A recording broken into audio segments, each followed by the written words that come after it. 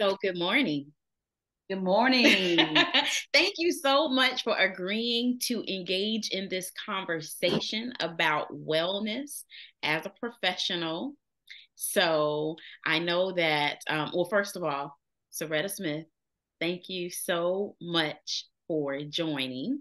And I know that you are a veteran, you're a mom, you're a gammy, you're an author, you're a recording artist, you are a member of the city council for the city of Grovetown in Georgia. So, what did I leave out?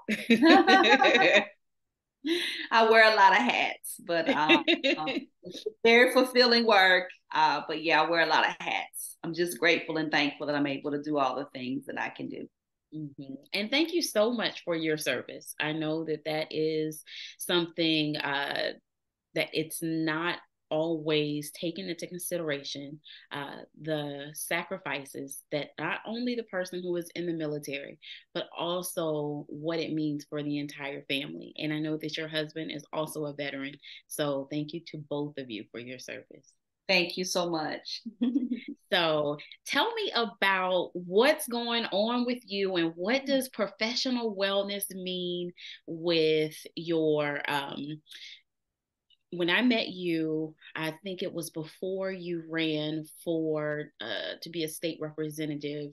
Was that in 2018 or 2020? Yeah, it was a state senate. I was running for state senate in 2023. So Yes. yeah, we met just briefly. Yeah. Yes, yes. So tell me about what professional wellness means, what's going on with you now, and just how that resonates with you. Wow, professional wellness. As you stated, I'm a United States Army veteran. I say I served twice because I did my term and then I decided to support my husband in his military career. So then I served, another 20 years supporting him in his career. But I'm also worked for the federal government for 25 years in doing med boards in the Wounded Warriors Battalion. Okay. So I learned from being a soldier, from being the wife of a soldier, and then being a federal government employee working with soldiers who have been challenged through some type of physical disease, mental health, behavioral health, Mhm. or loss of limbs, those types of challenges. And I specifically remember, I know that annually the federal government has us undergo these, tests, resiliency tests. And I remember mine came back saying that I had secondary post traumatic stress. Okay. So it was like, whoa. I knew that, Mhm. I was feeling more anxious. I knew that, you know, I was not sleeping. I knew that there was some things going on, but I just equated it to, it's just life, right? We all have challenges, we all have stress, Mhm. but to see it written on paper, secondary post traumatic stress, it was an eye opener for me. Yes. It was very eye opening for me. Um, and the thing was like, I knew that I needed to go talk to somebody, but there's this stigma. Mhm. There's kind of this shame and this stigma of going and seeking professional help that's been placed, especially in our community. Yes. We don't do that. We're strong Black women. Mhm. You know, and so, but I began to put the pieces together and recognize, okay, this is why I've been experiencing this. This is what's happening. And so I ended up having to go and talk to somebody and get that professional help that I needed to sort out because Mhm. I had internalized and taken on, you know, Yes. um, so much of the work, the trauma of other people that was interacting with, and I didn't know how to deal with that and process that. So professional wellness is extremely important. It's extremely Yes. important. Thank you for sharing that. And that's something that many don't think about the impact when you are providing that service, you're providing that support to those who have gone through traumatic events and how that might impact you. And I know you mentioned the noticing that you hadn't been sleeping well. Were there any other signs for you once you received that diagnosis that, okay, wait a minute, these are the things that I've been experiencing? Yeah. So, like the heart palpitations, some weight imbalances, change in eating habits, fatigue. All of these are signs that you need self-care as a professional. That you need to seek, get your lab works checked, blood work checked, blood pressure. I mean, we just go like that Energizer bunny, and I barely have enough energy. But those were some other things that I began to notice, and just having to even get the help to learn, how do I balance all of this? Because it's so important as professionals that we understand balance, that you establish boundaries. Yes. So things like, once I leave the workplace, I'm not taking work home. I'm not taking work calls. The weekend is my weekend. I can't fix anything, on the weekend. So, and sometimes it's small tweaks. It's really small tweaks that can really help to bring things back into balance. Yes, those are, and like you said, those are really great tips. Boundaries, making sure you're not bringing work home. Those are, because especially when you're in the helping field, you can carry it with you. I worked with trauma for a long time, and I had to put that boundary in place. And you can notice a difference. What are some of the differences that you notice for yourself once you started putting those kind of protective measures in place for yourself? Sleep. Sleep. I started sleeping better because you have to turn it off. There's times I'm laying there at night and I'm playing, okay, this is what's going to happen tomorrow. I should have said this today. I've got to take care of this. I got to do that. So being able to say, when I walk out of this door of work, whatever it is, I'm turning it off. It helps you to be able to settle in and decompress and prepare. You have to prepare for sleep. Yes. A lot of people don't understand it. I took a test. There's 7 different types of rest.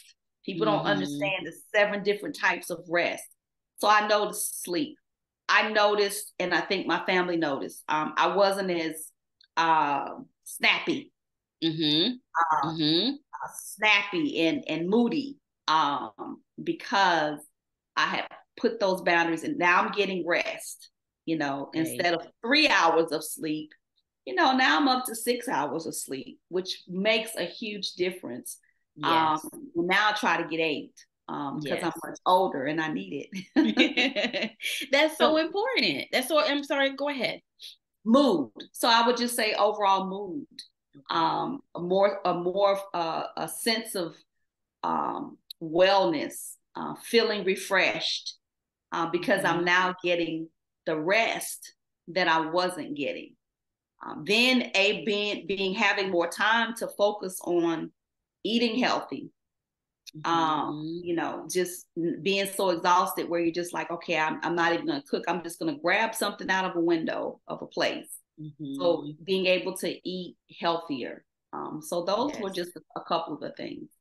And all of those are so important, because when you look at them individually, someone may feel as though, okay, well, it's not going to make that much of a difference. But when you notice, wait a minute, when I've gone from sleeping 3 hours to now 6 hours, I notice how I'm not as snappy because I'm well rested and I'm not exhausted. The change in eating habits, all of those things really, really matter. Whenever I've provided education to my clients who are experiencing symptoms of depression and looked at the connection with food and mood and seeing, okay, when you're eating these particular foods, this can significantly impact your mood. Absolutely. Mm-hmm. Absolutely. Yeah. Yeah. I would say so. And then when I shift from federal government sector to getting into the political arena, I would say I kind of lost balance, especially when you're like running a campaign, when you're running for Yes. office. It consumes your life. And so, you may have 5 different events in one day. Again, so you're not eating healthy. You're you're Mm-hmm. you're running on autopilot. You've got, and I ended up in the emergency room during COVID. Wow. And immediately I was carted off into isolation because they thought I had COVID. But I didn't have COVID. I was exhausted. I was Wow. dehydrated, and the ER doctor's like, look, you need to take a week off, hydrate, rest. So Mm-hmm. again, things got out of balance. Mm-hmm. So even in the political world, when you're running for office, it's Mm-hmm. important to establish, yes, you want to win, but like if you're not here, to enjoy the victory, what's the point? So Exactly. hydration, eating, sleeping, again, those were the same key Mm-hmm. dynamics that the ER doctor re-emphasized. You've got to stay hydrated, Mm-hmm. drink plenty of water, you've got to get rest. So it all goes back to making sure you're balanced and you're self-care, you're taking care of yourself so you can serve and take care of other people. Exactly. And I'm so glad that you brought that up because there are a few different experiences that I had that really made me think about the importance of professional wellness. And one of them was having the experience of working on different political campaigns and noticing how wellness is not as centered as it should be because you're on the go constantly. It's the people are really reaching from you from all directions and you don't really want to say no. You want to make sure that you're saying yes and that you're being supportive and that you're there, but you've got to make sure that you are there for you and you have those healthy boundaries. You are just really monitoring all of that. Sleep can feel non-existent but it is so important for you to get sleep. And when you're on the go and you're on the road, it's hard to eat healthy.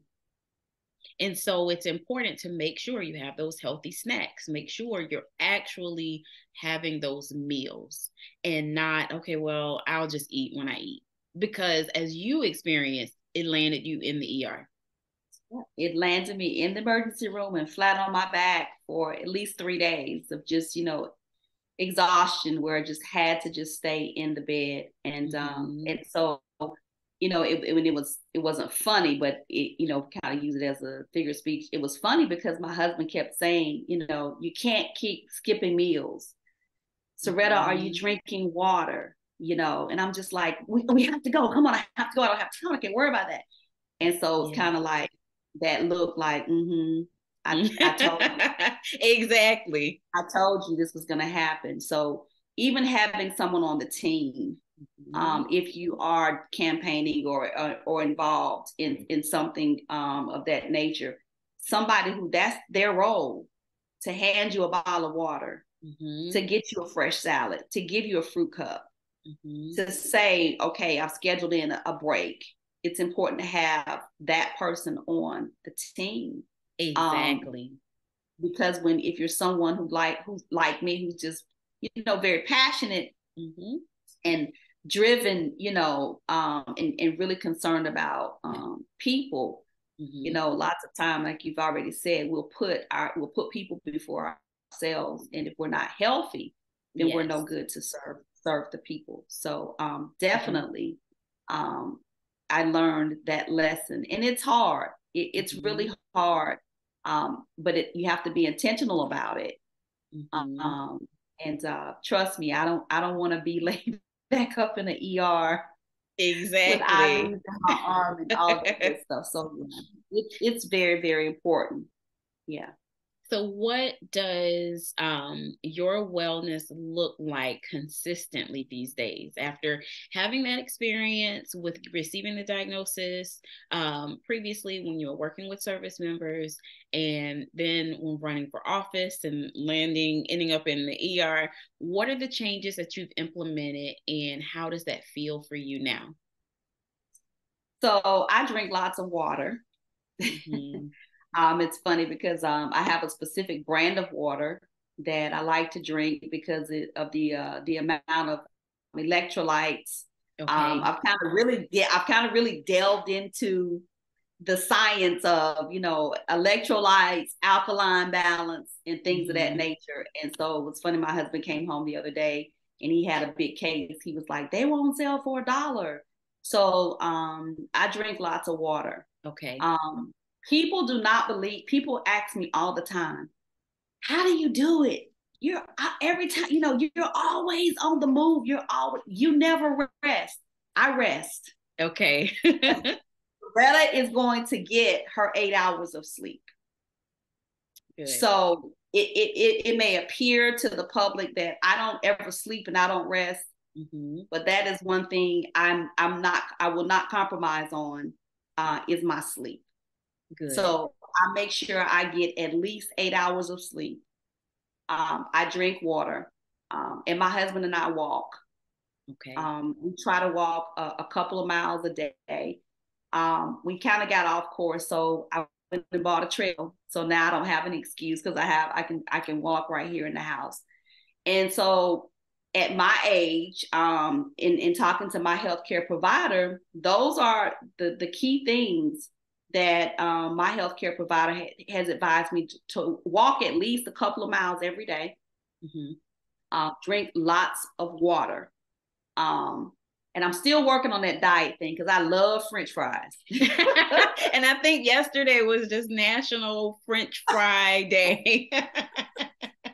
French fries is my guilty pleasure. And so, yeah, he tells me, you know, you fried food, French fries. So, but I really am mindful. I try not to eat out of a window. Okay. Mm-hmm. Yeah, and I Mm-hmm. try to prepare more meals at home because then I can control the sodium. Mm-hmm. um have an air fryer Mm-hmm. now, so you know it can, even though it's not fried, you know, I believe it's fried because it was in the Yes. air fryer, so it's crispy, you know. So really, diet, Mm-hmm. rest, getting in that exercise, which is just walking, because my doctor says that's really all I need to do. You know, I don't have to Mm-hmm. do a cardio, anything, you know, just a nice 2-3 mile walk, Okay. and staying hydrated. That's awesome. And how do you feel making those healthy changes to your lifestyle? How has that helped you be effective in your position as a city council woman? So a lot of people, if you don't understand municipal government, people think that being a city council member or mayor, um, in a city like our city, is a full-time job, right? So our positions are not full-time. We have a city administrator who sees to the day-to-day operations of the city. Okay. Even though I don't work for the city full-time, I work for the city quite a bit. And so I have the energy. So the Mm-hmm. energy to be able to get out. I love Mm-hmm. I love working with the kids. Um, Excuse me, I partner with one of the after school programs here. So being able to go over there and, like, you know, you're talking about uh, first graders to fifth graders that have a lot of energy. Yes.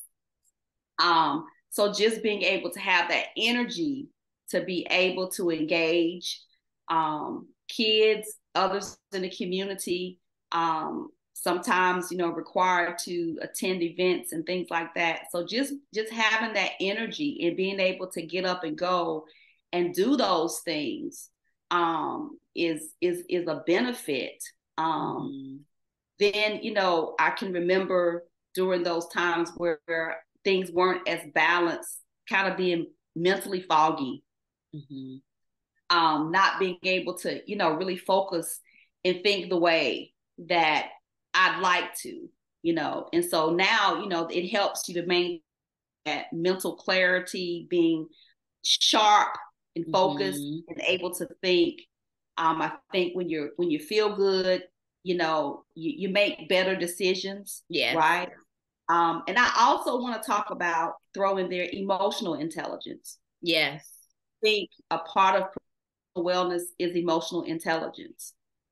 Being self-aware. So I'm self-aware now. I know what my triggers are. I know when, okay, you know what? I need to take a break. I've had enough, or Mm-hmm. this is not a healthy situation. I'm not going to engage in this. I'm not going to partake or be a part of this. And being self-aware of others, being able to notice that my counterpart, there's something different or off about them. So maybe I need to approach them in a different manner. Mm-hmm. Maybe I need to engage in a different way. So emotional intelligence is so important, I think, in a big is. piece of that, professional awareness. And then the last piece for me, being a Christian, my faith. Mm-hmm. So having that time to meditate and read my word and meditate and spend that quiet time with the Father. For me, I respect everyone in their respective religions, but for me, that's number one and Mm-hmm. most important. And I can honestly say that during that period where I got that diagnosis, um, even though I sought out therapy, um, there was still that component of my faith Yes. that helped get me through Mm-hmm. that season of my life, and to be able to to continue on the journey. Mm-hmm. That's so important in having all of those elements. And I'm glad you mentioned that faith, emotional intelligence, and what you mentioned earlier regarding sometimes the hesitation of seeking out a licensed clinician for support that hinders us in so many ways. And it hinders you in being well, overall wellness. And July is National Minority Mental Health Awareness Yes. Month. So I'm so Yes. glad that you mentioned all of that. And I am I'm really grateful for you agreeing to engage in this conversation. And I mean, I think the city of Grovetown, they are really, really blessed to have you, given your awareness and the different experiences you've had, and how all of that is important to bring that to the table because you've learned from it and you've implemented healthy changes, and being aware of, okay, I know that this is a trigger. I know this is how I'm feeling emotionally, and I know enough to see something's going on with them. So my approach needs to be different. And all of that is so important as a professional and as a leader. Yeah, absolutely. Because we live in such a polarized time right now. Mm-hmm. And I just go back to MLK, where, he talks about, hate can't drive out hate, only love can do that. Darkness can't Mm-hmm. drive out darkness, only light can do that. And so it's really, really important as a leader in the community, as a faith leader, um, that I be an example. Are we perfect? No. Do we make Mm-hmm. mistakes? Absolutely. But then again, being self-aware that I missed the mark and having the maturity to own up to I missed the mark. Yes. But I think it's so important. And that was one of the things that we just did, an initiative that I really pushed for our city was the civility pledge that the Georgia Municipal Association launched for the state of Georgia, because they recognize how polarized things have become. Mm-hmm. Um, and those things have an impact on people's mental health, Yes. whether they're willing to acknowledge it or not. Some people suffer in silence. Some Mm-hmm. people just quit and give up. and they miss out on their purpose and their destiny when all they really needed was help. So we signed that civility pledge because it's okay to agree to disagree. Exactly. But there's a way to do it. And so that's important to me, that as little girls and little boys and adult people, as people are watching me, that they see that I'm, conducting myself in a manner that when you engage with me, it's going to have a positive impact on your mental health. It's going to have a positive impact on your professional wellness and wholeness, and not a negative impact on those things. Yeah. Yes, that's all so helpful, so important. Civility, civility, civility, civility. That's it. Thank you so much. Is there anything else you would like to add? No, thank you. Thank you for the work that you're doing. I love podcasters. It brings you bring a unique platform to have these types of discussions that otherwise, people are not having, and we need to have them. So I salute you and I thank you. And I see a flag. So I'm not sure if you're a veteran or not, but if you are. Thank you. It's for my father. My father was a veteran and passed away. Wow. Yes. Oh, wow. Well, we thank him for his service. He did a great job in raising a wonderful, wonderful, beautiful daughter there. And just thank you for the opportunity for having me today. And I wish you the best in your future, in your endeavors, and keep bringing these important conversations. Yes, they're so important. They're so important. And I hear from people saying this is so needed. We don't talk about this enough, and it's so needed. And just thank you for all the work, and thank you for your vulnerability and your transparency.